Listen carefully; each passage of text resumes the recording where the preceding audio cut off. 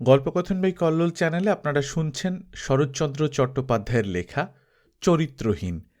আজ দ্বিতীয় পর্ব। কলহ করিয়া অবধি সাবিত্রীর মন ভালো ছিল না।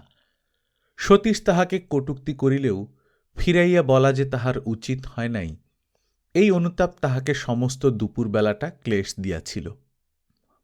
তাই সন্ধ্যার পরে কোনো এক সময় নিভৃতে ক্ষমা ভিক্ষা করিয়া লইবার আশায় অপেক্ষা করিতে করিতে যখন সন্ধ্যা উত্তীর্ণ হইয়া গেল, তখন তাহার আশা আশঙ্কায় পরিণত হইতে লাগিল।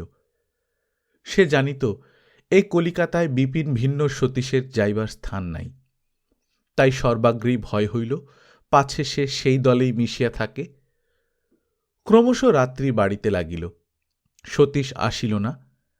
আর কোথাও যাইবার কথা মনে করিতে না পারিয়া সংশয় যখন বিশ্বাসে দৃঢ় হইয়া উঠিল, তখন প্রতীক্ষা করাও তাহার পক্ষে অসম্ভব হইয়া উঠিল। বস্তুত তাহার ঘৃণাবোধ হইতে লাগিল যে ক্ষমা চাহিবার জন্যে সে এমন লোকেরও পথ চাহিয়া আছে। তাই বেহারিকে বসিতে বলিয়া সাবিত্রী অনেক রাত্রে ঘরে ফিরিয়া গেল। ঘরে গিয়া বিছানায় পড়িয়া রহিল, চোখে ঘুম আসিল না। সমস্ত দেহটা কি এক অদ্ভুত অস্বস্তিতে প্রভাতের জন্য ছটফট করিতে লাগিল। ঘরের ছোট টাইম পিসটিতে সব কটা বাজিয়া গেল। সে জাগিয়া থাকিয়া শুনিল এবং প্রভাতের জন্য আর অপেক্ষা করিতে না পারিয়া ভোর থাকিতেই উঠিয়া পড়িয়া কাপড় ছাড়িয়া চোখে মুখে জল দিয়া বাহির হইয়া পড়িল। পথ দিয়া তখন মারোয়াড়ি রমণীরা দল বাঁধিয়া গান গাহিয়া গঙ্গা স্নানে চলিয়াছিল। সেই দিকে মুখ করিয়া সাবিত্রী যেই বলিল, মা গঙ্গা, গিয়ে যেন সব ভালো দেখি, তাহার ওষ্ঠাধর কাঁপিয়া উঠিয়া তপ্ত অশ্রুতে দুই চোখ ভরিয়া উঠিল এবং এই কল্পিত আশঙ্কায় সমস্ত মন পরিপূর্ণ করিয়া সে পথ দিয়া দ্রুত পদে হাঁটিতে হাঁটিতে সহস্রবার মনে মনে উচ্চারণ করিতে লাগিল, ভালো থাক, যা ইচ্ছে করুক, কিন্তু ভালো থাক। বাসায় পৌঁছিয়া ডাকাডাকির পরে বেহারি দরজা খুলিয়া দিয়াই সংবাদ দিল, সতীশবাবু অনেক রাত্রে আসিয়াছিলেন এবং কোথা হইতে খাইয়া আসিয়াছিলেন। এই সংবাদ যে প্রথমেই দেওয়া প্রয়োজন, এই বৃদ্ধের তাহা অজ্ঞাত ছিল না। সাবিত্রী উপরে উঠিতেছিল, থমকিয়া দাঁড়াইয়া পড়িল। ললাট কুঞ্চিত করিয়া প্রশ্ন করিল, খাননি বুঝি? না, তার খাবার তো ঢাকা পড়ে রয়েছে। সাবিত্রী শুধু একটা হুঁ বলিয়া ওপরে উঠিয়া গেল। তাহার দুশ্চিন্তাগ্রস্ত মন নির্ভয় হইবা মাত্রই আবার ঈর্ষায় জ্বলিয়া উঠিল। পরদিন বেলা হইলে সতীশের ঘুম ভাঙিল এবং ঘুম ভাঙিয়াই মনে হইল সাবিত্রী। ঠিক মুহূর্তেই সমস্ত মুখ মেঘাচ্ছন্ন করিয়া সাবিত্রী আসিয়া দাঁড়াইল। তাহার মুখের পানে একবার মাত্র চাহিয়াই সতীশ মাথা হেঁট করিল। খানিক পরে সাবিত্রী বলিল, কি রান্না হবে জানতে এলুম। সতীশ কোনো দিকে না চাহিয়া বলিল, রোজ যা হয় তাই হোক। আচ্ছা বলিয়া সাবিত্রী চলিয়া যাইতে উদ্যত হইয়াই আবার দাঁড়াইল। কহিল, লেখাপড়ার মতো বাবুর কি খাওয়া দাওয়া আর ভালো লাগছে না? সতীশ আস্তে আস্তে বলিল, আমি খেয়ে এসেছিলাম। সে ভয়ে মিথ্যা বলিয়া ফেলিল, কিন্তু কোথায় এই কথাও সাবিত্রী ঘৃণায় জিজ্ঞাসা করিল না। খানিকক্ষণ চুপ করিয়া থাকিয়া বলিল, আজ দুদিন ধরে আপনি পালিয়ে বেড়াচ্ছেন কিসের ভয় শুনি? অসুবিধে হলে আমাকে তো জবাব দিতেই পারেন। সতীশ মুখ তুলিয়া বলিল, তোমার অপরাধ? তাছাড়া আমি তো জবাব দেবার কর্তা নই, বাসা আমার একলার নয়। সাবিত্রী বলিল, একলার হলে জবাব দিতেন বোধ হয়। আচ্ছা, আমি না হয় নিজেই যাচ্ছি। সতীশ উত্তর দিল না, মৌন হইয়া রহিল দেখিয়া মনে মনে অধিকতর জ্বলিয়া উঠিয়া বলিল, আমি গেলে আপনি খুশি হন? আপনার পায়ে পড়ি সতীশবাবু, হাঁ না একটা জবাব দিন। তবু সতীশ নিরুত্তর হইয়া রহিল, কারণ সাবিত্রী যে এই বাসার কতখানি তাহা সে জানিত এবং এমন করিয়া সে হঠাৎ চলিয়া গেলে কিছুই চাপা থাকিবে না। তখন সমস্ত কথাটা মুখে মুখে ঘাঁটাঘাঁটি হইতে হইতে কিরূপ জঘন্য আকার ধারণ করিবে তাহাই নিশ্চয়ই অনুমান করিয়া সে ভয় পাইয়া গেল। ক্ষণকাল চুপ করিয়া থাকিয়া সে মৃদু কণ্ঠে কহিল, আমাকে মাপ করো সাবিত্রী, যে কটা দিন আমি আছি অন্তত সেই কটা দিন তুমি কোথাও যেও না। অন্য কোনো সময় হইলে সে তখনই ক্ষমা করিত, কিন্তু ইহার সম্বন্ধে নাকি অমূলক সন্দেহ মনে মনে পোষণ করিতেছিল, তাই এই মৃদু কণ্ঠস্বরকে ছলনা কল্পনা করিয়া নির্দয় হইয়া উঠিল এবং তাহারই গলার অনুকরণ করিয়া তৎক্ষণাৎ বলিয়া ফেলিল, আপনি এত আড়ম্বর করে মাপ চাচ্ছেন কিসের জন্যে? আমার মতো নিজ স্ত্রীলোকের আঁচল ধরে এই কি নূতন টেনেছেন যে লজ্জা একেবারে মরে যাচ্ছেন? তার চেয়ে বাড়ি চলে যান, কলকাতায় থেকে মিথ্যে নষ্ট হবেন না। লেখাপড়া আপনার কাজ নয়।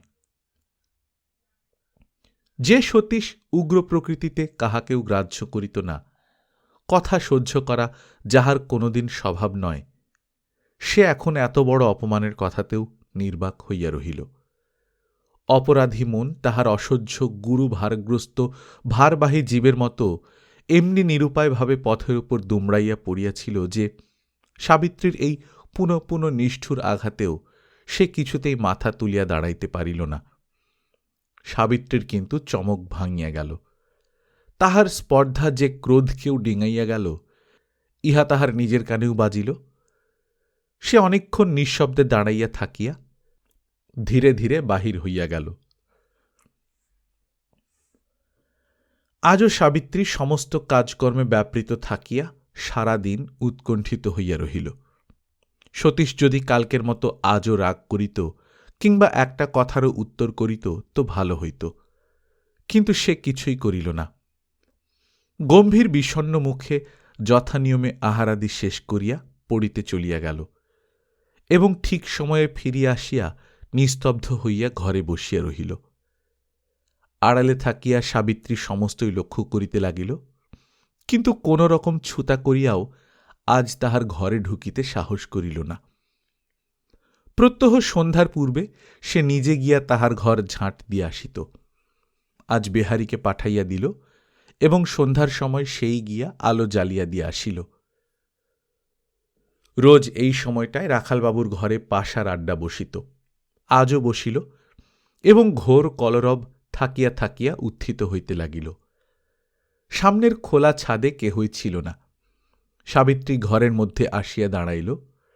সতীশ বিছানায় চিত হইয়া পড়িয়া বোধ করি কড়িকাঠ গুনিতেছিল, উঠিয়া বসিল। ক্ষণকাল নীরব থাকিয়া বলিল, আপনার আহ্নিকের জায়গা করে দেব? সতীশ কোনো উত্তর দিল না। সাবিত্রী বলিল, আপনি আমাকে থাকতে বললেন, কিন্তু নিজে কিরকম কাণ্ডটি করছেন বলুন দেখি। সতীশ গম্ভীরভাবে বলিল, আমি কোনো কাণ্ডই করিনি, চুপ করে আছি মাত্র। সাবিত্রী বলিল, এই চুপ করে থাকাটাই সবচেয়ে বিশ্রী। সবাই যখন চুপ করে নেই, আপনি তখন চুপ করে থাকলেই তো কথা উঠবে, ওটাই কি সাধ? মুহূর্তকাল স্থির থাকিয়া বলিল, ওই যে খুঁচিয়ে ঘা করার একটা কথা আছে, আপনি ঠিক তাই করছেন। দোষ নেই অথচ দোষী সেজে বসে আছেন। এ নিয়ে 5 জন কানাকানি করবে, হাসি কৌতুক করবে। এ যদি বা আপনার বরদাস্ত হয়, আমার হবে না। আমাকে দেখছি তাহলে নিতান্তই যেতে হবে। সতীশ মনে মনে অস্থির হইয়া বলিল, দোষ কি কিছুই করিনি? সাবিত্রী বলিল, না, একটু তলিয়ে ভেবে দেখুন দেখি, মনটা আপনি পরিষ্কার হয়ে যাবে। আমার সম্বন্ধে আপনার মতো দোষ। সাবিত্রী আর বলিতে পারিল না। ধাবমান অশ্ব অকস্মাৎ গভীর খাদের মুখে আসিয়া তাহার 2 পা অগ্রসৃত করিয়া যেভাবে প্রাণপণে রুখিয়া দাঁড়ায়, সাবিত্রীর চলন্ত জিহ্বা ঠিক সেইভাবে থামিল। তাহার এই আকস্মিক নিস্তব্ধতায় বিস্মিত সতীশ মুখ তুলিতেই চোখাচোখি হইল। নিজের লজ্জায় সাবিত্রী নিজেই মরিয়া গেল। সে যে এই কথাটাই বলিতে গিয়াছিল যে তাহার মতো নারীর সম্বন্ধে অরূপ অপরাধে লজ্জার হেতু নাই, এই লজ্জাতেই তাহার চুল পর্যন্ত শিহরিয়া উঠিল। সতীশও কি একটা বলিতে যাইতেছিল, কিন্তু সাবিত্রী থামাইয়া দিয়া বলিল, চুপ করুন, আপনিও বুঝুন, মিথ্যে তিলকে তাল করে কষ্ট পাবেন না। ও বেহারি, বাবুর আহ্নিকের জায়গাটা একটু শিগগির করে ধুয়ে দাও, আমি অনেকক্ষণ আসন নিয়ে দাঁড়িয়ে রয়েছি। বেহারি কি একটা কাজে এদিকে আসিতেছিল, তৎক্ষণাৎ জল আনিতে ফিরিয়া গেলে সাবিত্রী লাঞ্ছিত অভিমানের সুরে কহিল, আপনার ব্যবহারে আজ দুদিন আমি যে উত্তরোত্তর কিরকম অতিষ্ঠ হয়ে উঠছি, এ কি চোখ চেয়ে একবার দেখতেও পাচ্ছেন না? আশ্চর্য। তাহার এত দ্রুত এত কথা সম্পূর্ণ হৃদয়ঙ্গম করিবার অবকাশ সতীশের ঘটিল না। তবু তাহার ভিতরকার গ্লানিটা যেন স্বচ্ছ হইয়া আসিল, এবং পরক্ষণেই ক্ষমাপ্রাপ্ত অপরাধীর ন্যায় অনুতপ্ত কণ্ঠে বলিল, কিন্তু তোমাকে কি অপমান করিনি? সাবিত্রী অধীর হইয়া বলিল, না বুঝলে আপনাকে আমি বোঝাব কি করে? 100 বার বলছি, ওতে আমার মতো মেয়ে মানুষের কোনো অপমান হয়নি। আপনি দয়া করে সুস্থ হন, এইটুকু শুধু আপনার পায়ে আমি মিনতি জানাচ্ছি। প্রত্যুত্তরে সতীশ কি একটা বলিতে যাইতেছিল, কিন্তু সাবিত্রী তাহার 2 ভ্রু কুঞ্চিত করিয়া ইঙ্গিতে নিষেধ করিয়া তাড়াতাড়ি বলিয়া উঠিল, এই যে বেহারি। বেহারি ঘটিতে জল আনিয়া উপস্থিত হইয়াছিল। সাবিত্রী তাহার হাত হইতে ঘটি লইয়া ঘরের একটা কোণ বেশ করিয়া ধুইয়া ফেলিয়া আঁচল দিয়া মুছিয়া সতীশকে উদ্দেশ্য করিয়া বলিল, যান, হাত পা ধুয়ে এসে কাপড় ছেড়ে সন্ধে করতে বসুন। কোষাকুষি ওই কুলুঙ্গিতে আছে। বলিয়া হাত দিয়া দেখাইয়া দিয়া সতীশের দুর্বিষহ হৃদয় ভারটা নিঃশেষে তুলিয়া লইয়া বেহারিকে সঙ্গে করিয়া ধীর পদে বাহির হইয়া গেল। সতীশ মন দিয়া সান্ধ্যকৃত্য সমাপন করিয়া উঠিয়াই দেখিল, ইতিমধ্যে কে নিঃশব্দে আসিয়া আসন পাতিয়া তাহার খাবার রাখিয়া গিয়াছে। যদিও ঘরে আর কেহ ছিল না, তথাপি সে নিশ্চয়ই বুঝিল সে একা নহে। আসনে বসিয়া আস্তে আস্তে বলিল, এখন এত বেশি খেলে আর তো খেতে পারব না। বাহির হইতে জবাব আসিল, খেতেও হবে না, বিপিনবাবুর ওখান থেকে নিমন্ত্রণ করে গেছে। সতীশ হাসিয়া ফেলিল, বলিল, যাও, জ্বালাতন করো না, আমি কোথাও যেতে পারব না। সাবিত্রী আড়াল হইতে বলিল, সে কি হয় নাকি? বলে গেছেন কোথায় যেতে হবে আপনি জানেন, এবং না গেলে তাদের সমস্ত পণ্ড হয়ে যাবে। হয় হোক। বলিয়া সতীশ এই প্রসঙ্গ বন্ধ করিয়া দিয়া নিঃশব্দে আহার করিতে লাগিল, এবং শেষ হইয়া গেলে বিছানার শিয়রে আলো তুলিয়া আনিয়া ভালো ছেলের মতো একখানা ডাক্তারি বই খুলিয়া চিত হইয়া শুইয়া পড়িল। কিন্তু সেদিকে কোনো মতেই মন দিতে পারিল না। তাহার দুশ্চিন্তামুক্ত মন বন্ধনমুক্ত ঘোড়ার মতোই বিনা প্রয়োজনে সর্বত্র ছুটিয়া বেড়াইতে লাগিল। রান্নাঘরে তখন রান্না চাপাইয়া দিয়া বামুন ঠাকুর বেহারিকে দিয়া গাঁজা ডলাইতেছিল, এবং রাখালবাবুর ঘরে পাশার কোলাহল উত্তরোত্তর দুরন্ত হইয়া উঠিতেছিল। সতীশ ডাকিল, সাবিত্রী। সাবিত্রী তখনও চৌকাঠের বাহিরে বসিয়াছিল। বলিল, আগে। সতীশ কহিল, আমি জানি কোন জায়গায় তার গান বাজনার আয়োজন চলছে, শুধু সেই স্থানটায় যাওয়াই একটা পাপের কাজ। বেশ তো, তেমন স্থানে নাই গেলেন? সতীশ উত্তেজিত হইয়া বলিল, নিশ্চয় যাব না, কিন্তু তারা যে সহজে আমাকে নিষ্কৃতি দেবে এমন মনে হয় না। তাই আগে থেকেই সাবধান করে দিচ্ছি, যদি কেউ আসে ফিরিয়ে দিও, বলো আমি বাড়ি নেই, রাত্রে আসব না, বুঝেছ? সাবিত্রী বলিল, বুঝেছি। সতীশ একটা কর্তব্য পালন করিয়া সুস্থভাবে নিঃশ্বাস ফেলিয়া ক্ষণকাল নীরব থাকিয়া বলিল, কোথা দিয়ে জোলো হাওয়া আসছে সাবিত্রী, জানালাগুলো বন্ধ করে দাও। সাবিত্রী ঘরে ঢুকিয়া জানালা বন্ধ করিতে লাগিল। সতীশ একদৃষ্টে চাহিয়া রহিল। চাহিয়া চাহিয়া অকস্মাৎ কৃতজ্ঞতায় তাহার বুক ভরিয়া উঠিল। স্নিগ্ধ কণ্ঠে কহিল, সাবিত্রী, তুমি নিজেকে নীচ স্ত্রীলোক বলো কেন? সাবিত্রী ফিরিয়া দাঁড়াইয়া বলিল, সত্যি কথা বলব না? সতীশ বলিল, এ কথা কিছুতেই সত্য নয়। তুমি এক গলা গঙ্গা জলে দাঁড়িয়ে বললেও আমি বিশ্বাস করব না। সাবিত্রী মৃদু হাসিয়া বলিল, কেন করবেন না? তা জানি নে, বোধহয় সত্যি নয় বলেই। নিচের মতো তোমার ব্যবহার নয়, কথাবার্তা নয়, আকৃতি নয়। এত লেখাপড়াই বা তুমি শিখলে কোথায়?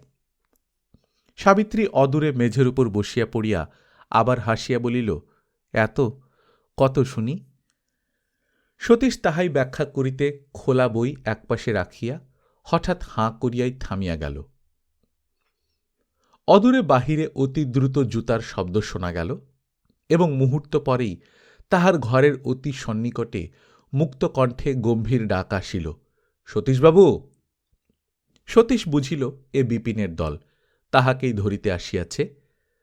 আর কোনো কথা ভাবিল না, বিবর্ণ মুখে ফস করিয়া ফুঁ দিয়া আলো নিবাইয়া দিয়া শুইয়া পড়িল। অদূরে মেঝের উপর বসিয়া সাবিত্রী ব্যাকুল হইয়া বলিয়া উঠিল, ও কি করলেন? পর মুহূর্তেই অন্ধকার কবাটের সম্মুখে দুই মূর্তি আসিয়া খাড়া হইল। একজন কহিল, এই তো সতীশবাবুর ঘর। আরেকজন কহিল, বেহারাটা যে বললে বাবু ঘরেই আছেন। প্রথম ব্যক্তি রাগ করিয়া কহিল, ঘর তো অন্ধকার, ভদ্রলোকে কি কখন সন্ধ্যার সময় বাসায় থাকে? তোমার যত। দ্বিতীয় ব্যক্তি তাহার অস্ফুটে কি একটা বলিয়া পকেট হাতড়াইয়া দেশলাই বাহির করিয়া অনিশ্চিত কম্পিত হস্তে আলো জ্বালিতে প্রবৃত্ত হইল। বিছানার মধ্যে সতীশের দেহের রক্ত জল হইয়া গেল। সে বিলাতি কম্বলটা আগাগোড়া মুড়ি দিয়া ঘামিতে লাগিল এবং অন্ধকার মেঝের উপর সাবিত্রী লজ্জায় ঘৃণায় কাঠ হইয়া বসিয়া রহিল। দীপশলাকা জ্বলিয়া উঠিল। এই যে এখানে বসে কে হে? প্রথম ব্যক্তি ঘরে ঢুকিয়া সন্ধান করিয়া আলো জ্বালিতেই সাবিত্রী উঠিয়া দাঁড়াইল। দ্বিতীয় ব্যক্তি একটুখানি সরিয়া দাঁড়াইয়া প্রশ্ন করিল, সতীশবাবু কোথায়? সাবিত্রী নিঃশব্দে বিছানা দেখাইয়া বাহির হইয়া গেল। সে চলিয়া যাইতেই মাতাল দুইজন অট্টহাসি জুড়িয়া দিল। সে হাসির শব্দ ও অর্থ সাবিত্রীর কানে গিয়া পৌঁছিল এবং কম্বলের মধ্যে সতীশ বারংবার নিজের মৃত্যু কামনা করিতে লাগিল। তাহারা সতীশকে টানিয়া তুলিল এবং জোর করিয়া ধরিয়া লইয়া গেল এবং যতক্ষণ না তাহাদের বিকট হাস্যধ্বনি বাটির বাহিরে সম্পূর্ণ মিলাইয়া গেল, ততক্ষণ পর্যন্ত সাবিত্রী একটা অন্ধকার কোণে দেওয়ালে মাথা রাখিয়া বজ্রাহতের মতো কঠিন হইয়া দাঁড়াইয়া রহিল। কিন্তু বাসার কেহ কিছু জানিতে পারিল না। রান্নাঘরে বামুন ঠাকুর এইমাত্র গাঁজার কলিকাটি নিঃশেষ করিয়া ইহার মোক্ষ দান করিবার আশ্চর্য ক্ষমতা বেদে কিরূপ লেখা আছে তাহাই ভক্ত বেহারীকে বুঝাইয়া বলিতেছিল এবং ও ঘরে রাখালবাবুর দল হাড়ের পাশা মানুষের চিৎকার শুনিতে পায় কিনা তাহাই যাচাই করিতে লাগিল। রাস্তায় আসিয়া তিনজনেই একখানা গাড়িতে চড়িয়া বসিল। ইহাদের উন্মত্ত হাসি আর সহ্য করিতে না পারিয়া সতীশ তীক্ষ্ণভাবে বলিল, হয় আপনারা থামুন, না হয় মাপ করুন, আমি নেমে যাই। প্রথম ব্যক্তি আচ্ছা বলিয়াই ভয়ঙ্কর রবে হাসিয়া উঠিল এবং তাহার সঙ্গী তাহাকে ধমক দিয়া থামিতে বলিয়া তাহার অপেক্ষাও জোরে হাসিয়া উঠিল। এই মাতাল দুইটার সহিত বাক্যব্যয় বিফল বুঝিয়া সতীশ নিষ্ফল ক্রোধে জানলার বাহিরে পথের দিকে চাহিয়া নিঃশব্দে বসিয়া রহিল। রাত্রে অন্ধকার বারান্দায় সাবিত্রী চুপ করিয়া বসিয়াছিল। বোধহয় সন্ধ্যার লজ্জাকর ঘটনায় মনে মনে আলোচনা করিতেছিল। এমন সময় বেহারী আসিয়া দাঁড়াইল এবং তাহাকে লক্ষ্য করিয়া বলিল, মা, সকলের খাওয়া হয়ে গেছে, ঠাকুরমশাই তোমাকে জল খেতে ডাকছেন। সাবিত্রী মুখ তুলিয়া অবসন্নভাবে কহিল, আজ আমি খাব না বেহারী। বেহারী সাবিত্রীকে স্নেহ করিত, মান্য করিত। চিন্তিত হইয়া জিজ্ঞাসা করিল, খাবে না কেন মা? অসুখ করেনি তো?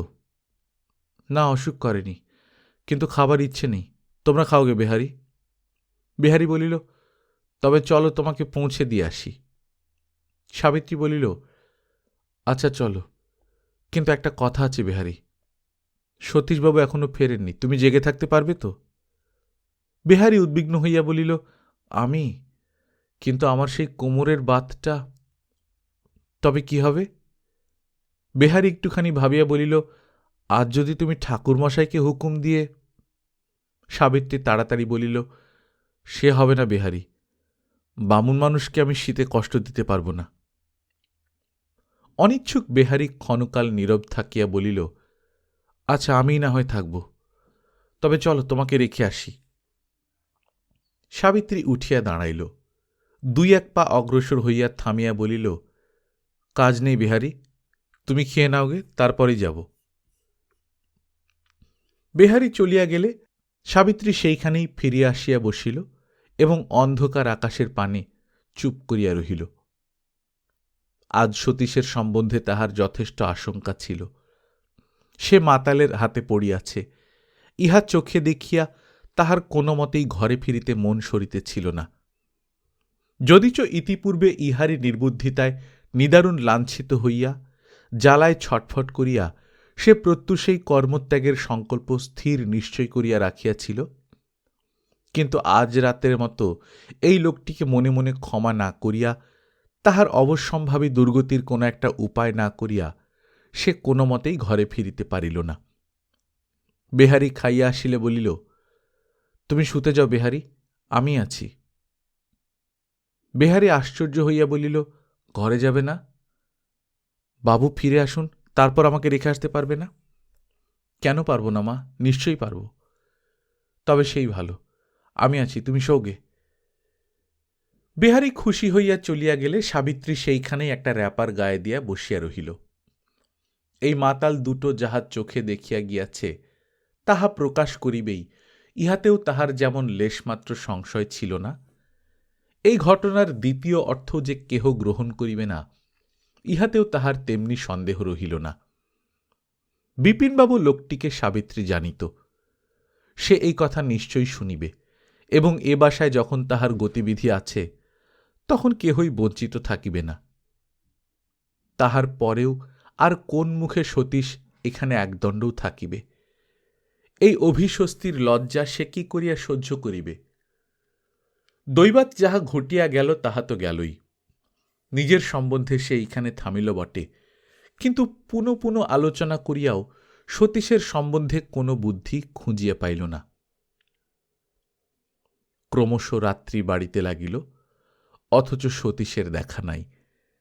নিকটে কোনো প্রতিবেশীর ঘরের ঘড়িতে ঢং ঢং করিয়া 2টা বাজিয়া গেল। নিস্তব্ধ গভীর রাত্রে তাহা স্পষ্ট শোনা গেল। এলোমেলো শীতল বায়ু খোলা ছাদের উপর দিয়া বহিয়া আসিয়া তাহার 2টি চক্ষুকে ঘুমে চাপিয়া ধরিতে লাগিল। তথাপি সে জাগিয়া থাকিয়া বাহির দরজার পার্শ্বে আসিয়া সতর্ক হইয়া দাঁড়াইল। পাছে আর কেহ থাকে, এই ভয়ে সহসা খুলিতে সাহস করিল না। বিলম্ব হইতে লাগিল, কেহ দরজায় ঘা দিল না। যে গাড়িখানা আসিয়াছিল তাহাও ফিরিয়া গেল। অকস্মাৎ সাবিত্রী আশঙ্কায় পরিপূর্ণ হইয়া ক্ষিপ্র হস্তে অর্গল মুক্ত করিয়া ফেলিল। সতীশ বাহিরের চৌকাঠে হেলান দিয়া পাংশু মুখে চোখ বুজিয়াছে। তাহার কাপড়ের চাদরে কাদা, মাথা ও কপালের একধারে রক্তের রেখা অদূরবর্তী গ্যাসের আলোকে স্পষ্ট দেখতে পাইয়া সাবিত্রী কাঁদিয়া ফেলিল। চক্ষের নিমেষে তাহার সম্মুখে আসিয়া হাঁটু গাড়িয়া বসিয়া 2 হাতে সতীশের মুখ তুলিয়া ধরিয়া বলিল, বাবু উপরে চলুন। সতীশ মাথা নাড়িয়া বলিল, না, বেশ আছি। সাবিত্রী ধমক দিয়া বলিল, উঠুন বলছি। ধমক খাইয়া সতীশ রক্তবর্ণ বিহ্বল চক্ষে খানিকক্ষণ চাহিয়া থাকিয়া তাহার দিকে 2 হাত বাড়াইয়া বলিল, চলো। তখন তাহারই কাঁধে ভর দিয়া সতীশ উঠিয়া দাঁড়াইল এবং তাহাকেই আশ্রয় করিয়া বহু ক্লেশে বহু বিলম্বে টলিতে টলিতে অন্ধকার সিঁড়ি বাহিয়া ঘরে আসিয়া শুইয়া পড়িল। জড়িত কণ্ঠে বলিতে লাগিল, সাবিত্রী, তোমার ঋণ আমি জন্মে শুধতে পারব না।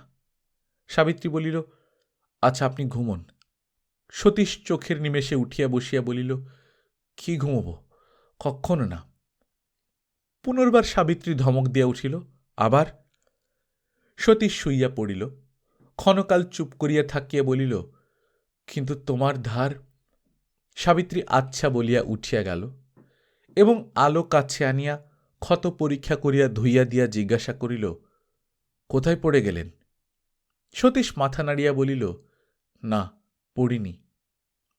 সাবিত্রী সজল কণ্ঠে বলিল, যদি আর কোনোদিন মদ খান, আপনার পায়ে মাথা খুঁড়ে মরব। সতীশ তৎক্ষণাৎ বলিল, কোনোদিন খাব না। আমাকে ছুঁয়ে দিব্যি করুন বলিয়া সাবিত্রী তাহার দক্ষিণ হস্ত বাড়াইয়া দিল। সতীশ নিজের 2 হাতের মধ্যে তাহার জলসিক্ত শীতল হাতখানি লইয়া বলিল, দিব্যি করছি। সাবিত্রী হাত টানিয়া লইয়া বলিল, মনে থাকবে? না থাকলে তুমি মনে করে দিও। আচ্ছা, আমি আসছি, আপনি ঘুমন। বলিয়া সাবিত্রী নিঃশব্দে সাবধানে কবাট বন্ধ করিয়া বাহিরে আসিয়া দাঁড়াইল। ঠিক সম্মুখেই শুকতারা দপদপ করিয়া জ্বলিতেছিল। সেই দিকে চাহিয়া সাবিত্রী 2 হাত জোড় করিয়া কাঁদিয়া বলিল, ঠাকুর, তুমি সাক্ষী থেকো। রাত্রের অন্ধকার তখন স্বচ্ছ হইয়া আসিতেছিল, এবং তাহাই ভেদ করিয়া পথে গরুর শব্দ এবং ওপাড়ার ময়দার কলের বাঁশি শোনা যাইতে লাগিল। সাবিত্রী দ্রুত পদে নিচে নামিয়া গিয়া রান্নাঘরের একটা কোণে র্যাপার মুড়ি দিয়া শুইয়া পড়িল, এবং পরক্ষণেই নিদ্রাকাতর 2 চক্ষু তাহার ঘুমে মুদ্রিত হইয়া গেল।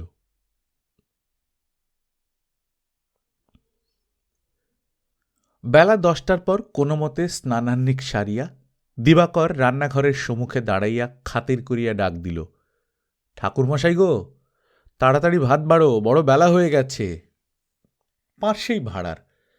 তাহার গলার শব্দে মামাতো বড় বোন মহেশ্বরী বাহিরে আসিয়া বলিলেন, ও দিবু, তোর জন্যই অপেক্ষা করছি দাদা। একবার ওপরে গিয়ে ঠাকুর পুজোটি সেরে এসো, সমস্ত জোগাড় ঠিক আছে। লক্ষ্মী ভাইটি আমার, যাও। মহেশ্বরী এ বাড়ির বড় মেয়ে এবং গৃহিণী, বছর 4 পূর্বে বিধবা হইয়া বাপের বাড়ি আসিয়াছেন। দিবাকর স্তম্ভিত হইয়া গেল। ক্ষণকাল চুপ করিয়া থাকিয়া বলিল, আমি পারব না দিদি, আমার কলেজের প্রথম ঘণ্টা আজও তাহলে নষ্ট হয়ে যাবে। মহেশ্বরী হাসিয়া বলিলেন, তোর প্রথম ঘণ্টা নষ্ট হবে বলে ঠাকুর পুজো হবে না? দিবাকর প্রশ্ন করিল, ভট্টাচার্য মশাই কোথায়, তার কি হল? মহেশ্বরী কহিলেন, তিনি বাবার সঙ্গে পাশায় বসেছেন, এখন কত বেলায় যে উঠবেন তার ঠিকানা কি? দিবাকর কহিল, মেজদাকে বলো দিদি, আজ তার কাছারি বন্ধ আছে। মহেশ্বরী বলিলেন, ধীরেনের কাল থেকে শরীর ভালো নেই, সে স্নান করবে না, পুজো করবে কি করে? তবে ছোটদাকে বলো, তিনি সেই 12টার পরে আদালতে বার হন, এখনও তার ঢের দেরি আছে। মহেশ্বরী বিরক্ত হইয়া বলিলেন, কি যে তর্ক করিস দিবা, তার কোনো ঠিকানা নেই। কাল রাত্রি রুপিন থিয়েটার দেখতে গিয়েছিল, এখন পর্যন্ত ঘুম থেকে ওঠেনি। এতটা বেলা হলো, মুখ ধুলে না, চা খেলে না, রাত জেগে তার দেহটাই কি ভালো আছে? তাছাড়া সে কি কোনোদিন পুজো করে যে আজ যাবে পুজো করতে? এদিকে বামুন ঠাকুর ভাত দিয়া ডাকাডাকি করিতেছে। দিবাকর কহিল, কোনো না কোনো কাজে একটা না একটা বিঘ্ন এসে প্রায় রোজ আমার প্রথম ঘণ্টা নষ্ট হয়ে যায়, আমি পরীক্ষা দেব কেমন করে? মহেশ্বরী রাগিয়া উঠিলেন, বলিলেন, পরীক্ষা না দিলেও যদি বা চলে, ঠাকুর পুজো না হলে চলতে পারে না। দাঁড়িয়ে তোমার সঙ্গে তর্ক করবার সময় আমার নেই, আরও কাজ আছে। বামুন ঠাকুর হাঁক দিল, ভাত দিয়ে দাঁড়িয়ে আছি যে, আসুন না শিগগির। মহেশ্বরী তাহাকে তর্জন করিয়া উঠিলেন, তোমার কোনো আক্কেল নেই ঠাকুর, আমি ওকে পুজো করতে পাঠাচ্ছি আর তুমি করছো ডাকাডাকি। ভাত তুলে নিয়ে যাও, পুজো করে এলে দিও। বলিয়াই ভাঁড়ার ঘরে পুনঃপ্রবেশ করিলেন। দিবাকর কিছুক্ষণ স্তব্ধ থাকিয়া ধীরে ধীরে উপরে চলিয়া গেল। সেখানে পূজার সাজ প্রস্তুত ছিল। গৃহে নারায়ণশিলা প্রতিষ্ঠিত। তাহার নিত্য পূজার নিমিত্ত একজন পুরোহিত নিযুক্ত আছেন। তিনি বাড়িতেই থাকেন। কর্তা শিবপ্রসাদের ন্যায় তাহারও পাশা খেলার ঝোঁক খুব বেশি। শিবপ্রসাদ কিছুদিন হইল সরকারি চাকরিতে পেনশন লইয়া তাহার পশ্চিমের বাটিতে আসিয়া বসিয়াছেন। সকালে চা পানের পরে পুরোহিত মশাইয়ের ডাক পড়ে, ভূত, ভট্টাচার্য মশাইকে একবার ডাক, একদান রঙে বসা যাক। পরে একদান দুদান করিয়া বেলা বাড়িয়া উঠে। পুরোহিতের পূজা করিবার অবকাশ হয় না। ইতিপূর্বে পূজার জন্যে তাগিদ দিয়া মহেশ্বরী চাকরকে পাঠাইতেন, কিন্তু উঠি উঠি করিয়াও আর উঠা হইত না। পূজার সময় বহুক্ষণ অতিবাহিত হইয়া যাইত, কাহার হুঁশ হইত না। ইদানিং পিতার শরীর ভালো নাই, তাই খেলার ঝোঁকে থাকাই ভালো মনে করিয়া মহেশ্বরী আর পুরোহিতকে ডাকেন না। একে ওকে তাকে দিয়া, অর্থাৎ দিবাকরকে দিয়া নিত্য পূজা সারিয়া লন। সকালে চা খাইবার অভ্যাস এবং অবকাশ দিবাকরের ছিল না। প্রত্যহ প্রভাতেই তাহাকে চাকরের সঙ্গে বাজারে যাইতে হইত। আজ বাজার হইতে ফিরিয়া কোনো মতে নিত্যকর্ম সারিয়া লইয়া সে ভাত খাইতে আসিয়াছিল। দিবাকর পূজা করিতে গেল, কিন্তু আসনে বসিয়া ভাবিতে লাগিল পরের বাড়িতে থাকার এই সুখ।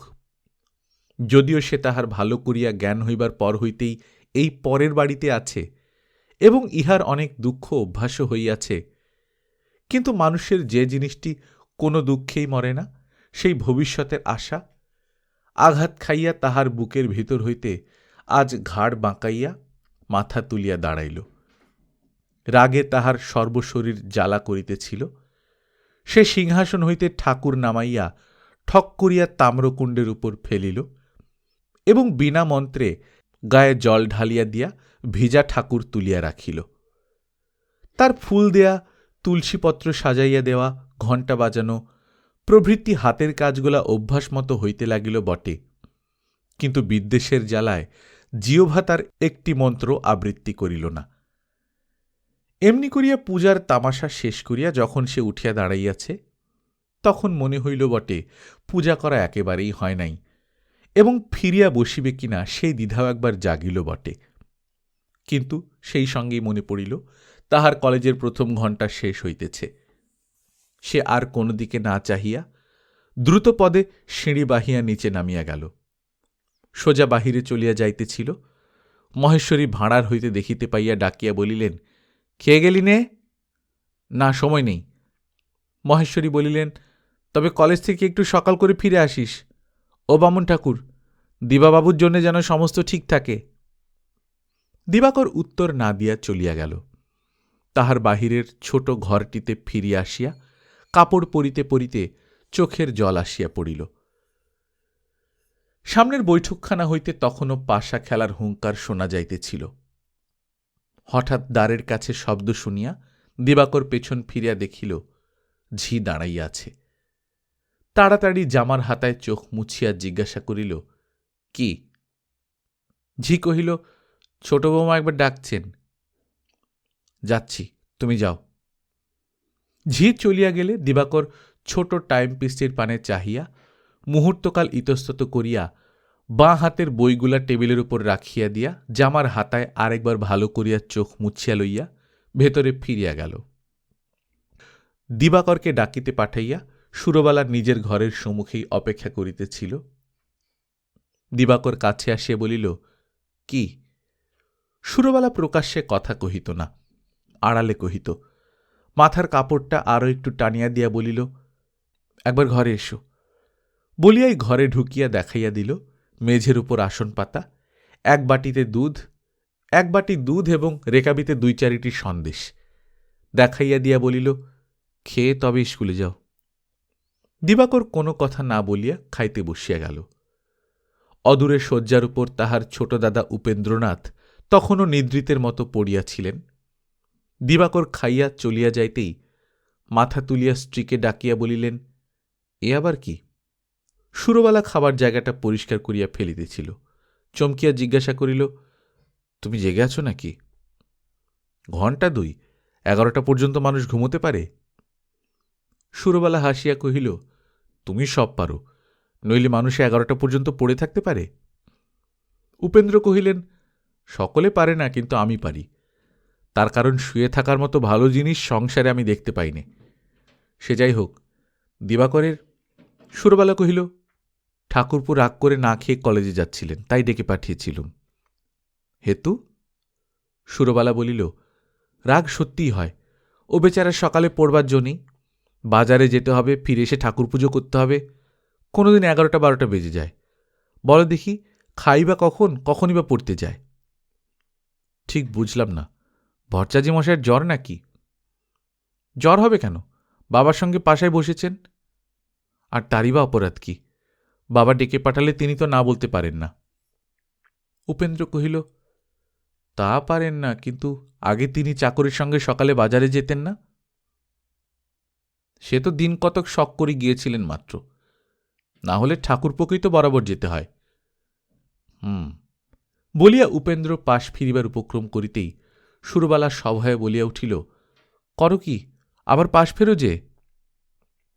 উপেন্দ্র চুপ করিয়া আরও মিনিট 5 পড়িয়া থাকিয়া উঠিয়া পড়িলেন এবং নিঃশব্দে বাহিরে চলিয়া গেলেন।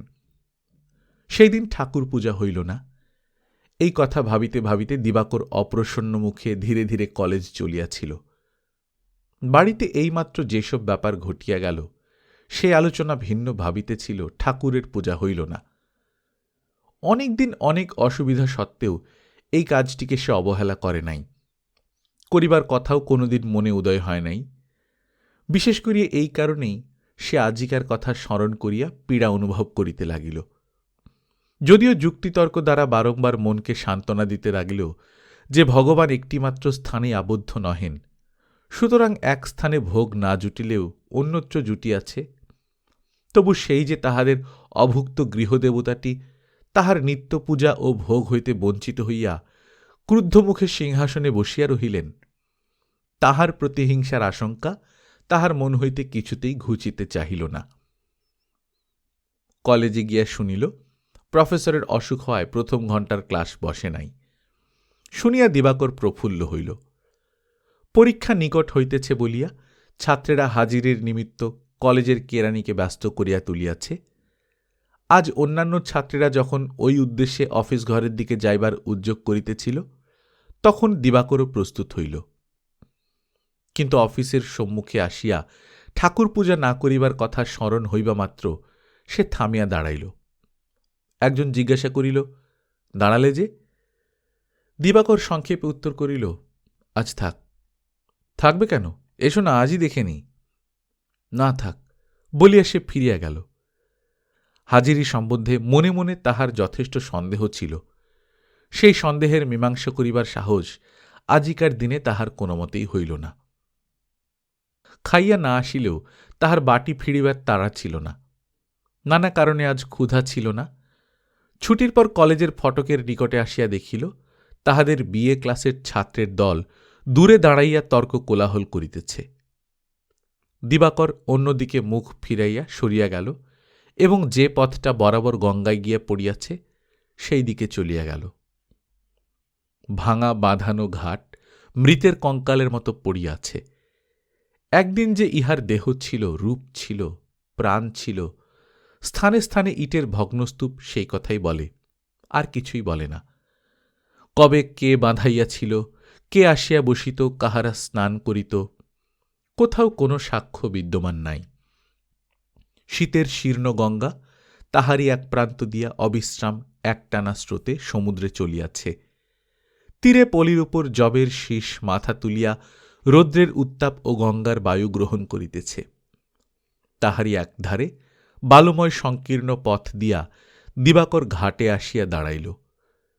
একদিকে ছোট একখণ্ড ইষ্টস্তূপের উপর জুতা খুলিয়া রাখিয়া পিরান খুলিয়া ভারী বাঁধানো বইগুলা চাপা দিল। তাহার পর জলে নামিয়া হাতমুখ ধুইয়া মাথায় গঙ্গা জলের ছিটা দিয়া অভুক্ত গৃহদেবতাকে স্মরণ করিল। আগাগোড়া সমস্ত মন্ত্র সাবধানে আবৃত্তি করিয়া গঙ্গায় জলগণ্ডূষ ভাসাইয়া দিয়া প্রণাম করিয়া যখন সে উঠিয়া দাঁড়াইল, তখন তাহার হৃদয়ের ভার অনেক লঘু হইয়া গিয়াছে। জামা গায়ে দিয়া জুতা পরিয়া বই লইয়া যখন সে চলিয়া গেল, তখনও একটু বেলা ছিল। তখনও হিন্দুস্তানি রমণীরা ঘাটের একান্তে বসিয়া মাথায় সাজিমাটি ঘষিতেছিল। সুরবালার পিতা ঠিকাদারির কাজে বিপুল সম্পত্তি উপার্জন করিয়া তাহার বক্সারের বাটিতে বাস করিতেছিলেন। তাহার দুই মেয়ে, সুরবালা বড়, শচী ছোট। তাহার এখনো বিবাহ হয় নাই। বাপের বাড়ি বক্সারেই থাকে। বাপের বাড়িতে সুরবালার ডাকনাম ছিল পশুরাজ। এইটি তাহার পিতামহের দেওয়া। পাড়ার কানা খোঁড়া কুকুর বিড়াল, বিলাতি ইঁদুর, পায়রা পাখিতে প্রায় শতাধিক জীব তাহার আশ্রয়ে শ্রীবৃদ্ধি লাভ করিয়াছিল। তাহার কোনোটিকে কোনোদিন সে মমতায় বিদায় করিতে পারে নাই। এখনও তাহারা শচীর কর্তৃত্বে অক্ষয় হইয়া আছে। সুরবালার নামের বিবরণ মহেশ্বরী জানিতেন। তাহার দ্বারাই নামটি এখানেও প্রচলিত হইয়া গিয়াছিল। যাহারা বড় তাহারা সংক্ষেপে পশু বলিয়া ডাকিতেন। চাকর দাসীরাও কেহবা পোষ বউ ঠাকরুন, কেহবা ছোট বউ ঠাকরুন বলিয়া ডাকিত। অনেক রাত্রে কাজকর্ম সারা হইলে সুরবালা ঘরে আসিলে উপেন্দ্র বলিলেন, পশু, তোমার বাবা শচীর পাত্র ঠিক করতে আবার তাগিদ দিয়ে চিঠি লিখেছেন। শচী তোমার চেয়ে কত ছোট জানো? সুরবালা বলিল, তার জানি নে। আমার কোলে একটি ভাই হয়ে আতুরেই মারা যায়, তারপরে শচী। তাহলে আমার চেয়ে ৬-৭ বছরের ছোট। এই হিসেবে তার বয়স ১২-১৩। তা হবে বই কি, রোগাবলি শুধু এতদিন পর্যন্ত রাখা গেছে। আমার মতন বাড়ন্ত গরণ হলে ভারী বিপদ হতো। উপেন্দ্র হাসিয়া বলিলেন, বিপদ আর কিসের? তোমার বাপের টাকার অভাব তো নেই। ও জিনিসটা থাকলে সব জিনিসই সুলভ হয়ে পড়ে। তোমার সময় আমি যেরকম তাড়া করে গিয়েছিলাম, সেরকম তাড়া করে যাবার লোক সংসারে কম নেই। সুরবালা বলিয়া উঠিল, তুমি কি বাবার টাকা দেখে গিয়েছিলে? না বলতে পারলেই তোমার কাছে মান থাকে বটে, কিন্তু মিথ্যে কথাই বা বলি কেমন করে? কিন্তু এটাই যে মিথ্যে কথা। মিথ্যে কথা কেন? মিথ্যে বলেই মিথ্যে কথা। তুমি যখন তখন বলো বটে, কিন্তু তুমি বাবার টাকা দেখে যাওনি। বাবার টাকা থাক বা না থাক, তোমাকে যেতেই হতো। আমি যেখানে যে ঘরে জন্মাতুম, আমাকে আনবার জন্য তোমাকে সেইখানেই যেতে হতো, বুঝতে পারছ? উপেন্দ্র গাম্ভীর্যের ভান করিয়া বলিলেন, কতক পাচ্ছি, কিন্তু ধরো তুমি যদি কায়েতের ঘরে জন্মাতে। সুরবালা খিলখিল করিয়া হাসিয়া বলিল, বেশ যা হোক তুমি, বামুনের ঘরের মেয়ে কখনো কায়েতের ঘরে জন্মায়? এই বুদ্ধি নিয়ে বুঝি ওকালতি করো? উপেন্দ্র অধিকতর গম্ভীর হইয়া বলিলেন, তাও বটে, এই জন্যই বোধ করি পসার হচ্ছে না। সুরবালা নিজের কথায় ব্যথিত হইয়া সান্ত্বনার স্বরে তাড়াতাড়ি বলিয়া উঠিল, কেন পসার হবে না? খুব পসার হবে। তবে একটু দেরি হতে পারে, এই যা। কিন্তু তাও বলি, তোমার পসারের দরকারই বা কি? হাসিয়া বলিল, ১২টা থেকে ৪টে পর্যন্ত আমার সামনে হাজির থাকলে আমি তোমাকে ৫০০ টাকা করে দিতে পারি। বাবা আমাকে মাসে মাসে তো ২৫০ টাকা দেন, আরও ২৫০ না হয় চেয়ে নেব। উপেন্দ্র বলিলেন, তা যেন নিলে, কিন্তু আমাকে কি করতে হবে? ১২টা থেকে ৪টে পর্যন্ত তোমার সামনে দাঁড়িয়ে থাকতে হবে? সুরবালা বলিল, হ্যাঁ, আর নিতান্ত দাঁড়াতে না পারলে না হয় বসো। আর নিতান্ত বসতে না পারলে না হয় শোবো, কি বলো?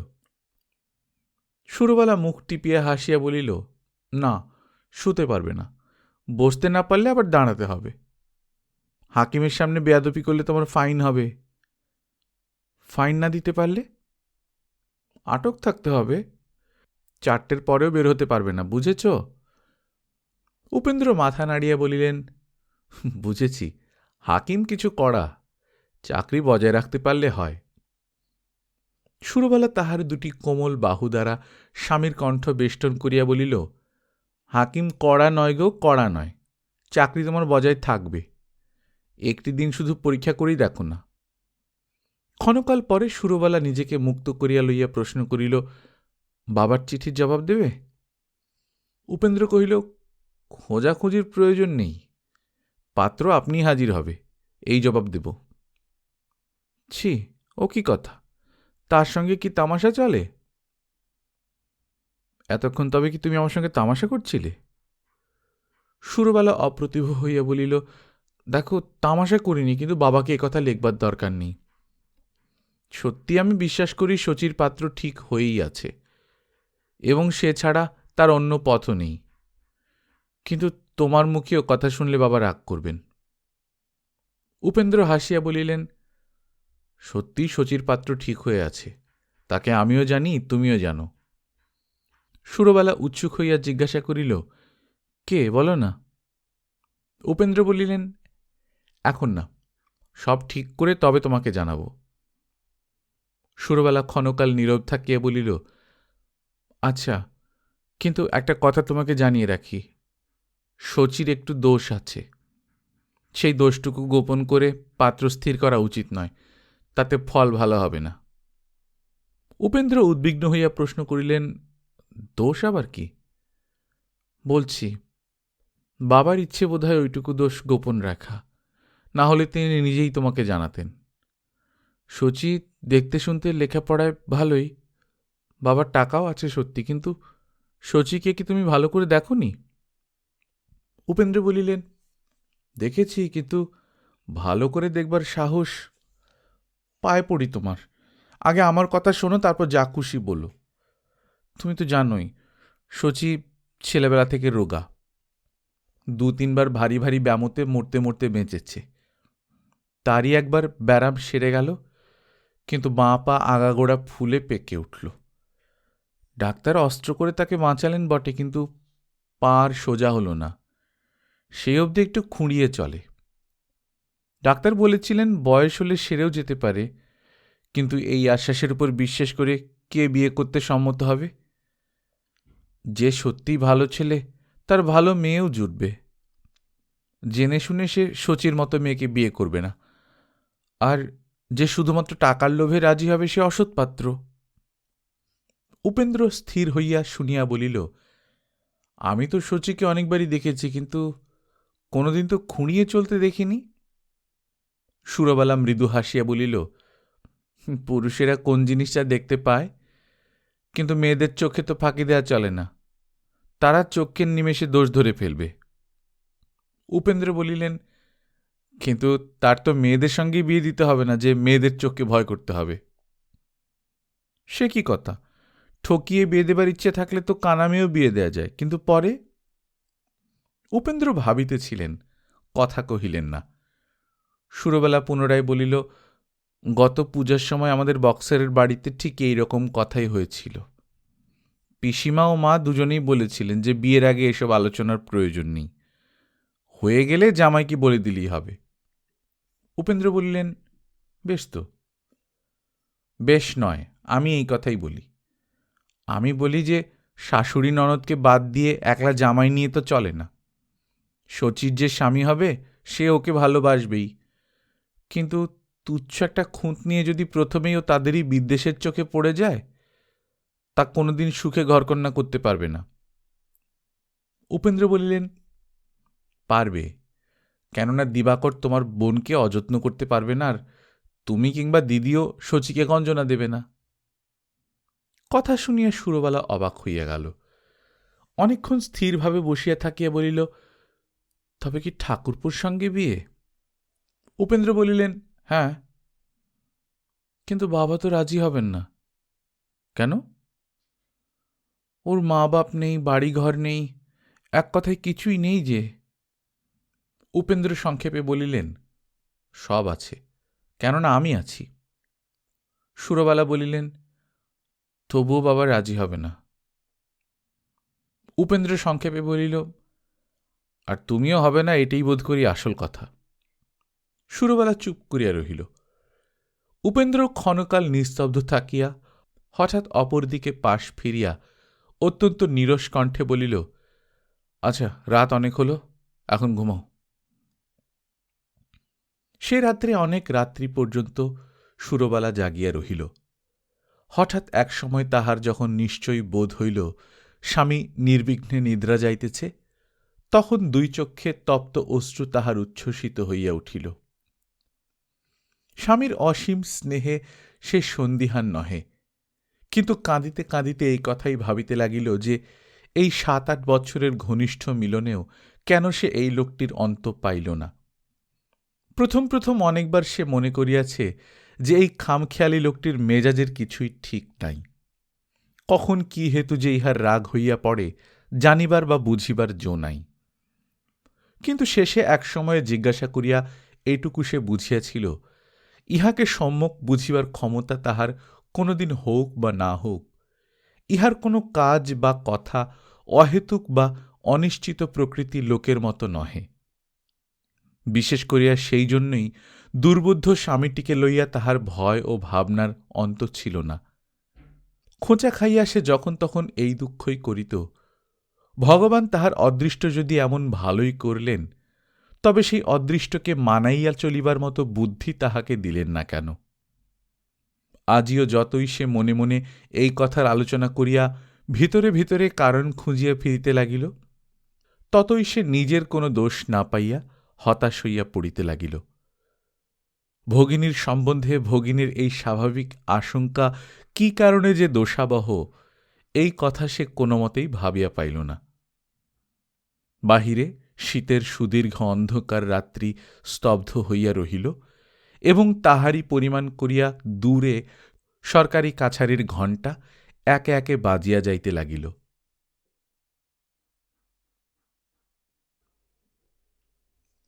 গল্পকথন বাই কল্লোল চ্যানেলে আপনারা শুনছেন শরৎচন্দ্র চট্টোপাধ্যায়ের লেখা চরিত্রহীন, আজ দ্বিতীয় পর্ব।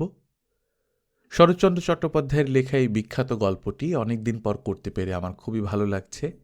এর আগে আমরা আমাদের এই চ্যানেলে শরৎচন্দ্র চট্টোপাধ্যায়ের অনেকগুলো গল্প পড়েছি। তার মধ্যে রয়েছে শ্রীকান্ত। আপনারা অনেকেই শুনেছেন। এই গল্পটি আমরা মোট 24 পর্ব বা তার চেয়েও বেশি, খুব সম্ভবত 28 পর্বে করেছি। পুরোটাই শ্রীকান্ত, 4টে খণ্ড আছে, পুরোটাই। আমাদের এখানে দেনা পাওনা শরৎচন্দ্রের পড়া আছে, পরিণীতা পড়া আছে, বিন্দুর ছেলে পড়া আছে চন্দ্রনাথ, আরও পড়া আছে বামুনের মেয়ে, অরক্ষণীয়া। আপনারা শরৎচন্দ্র লিখে পাশে কল্লোল লিখে যদি চ্যানেলে ইউটিউবে সার্চ করেন, তাহলে আমাদের গল্প পেয়ে যাবেন। জানাবেন কেমন লাগছে। নিজে ভালো থাকবেন, আশেপাশের লোকজনকে ভালো রাখবেন। টাটা।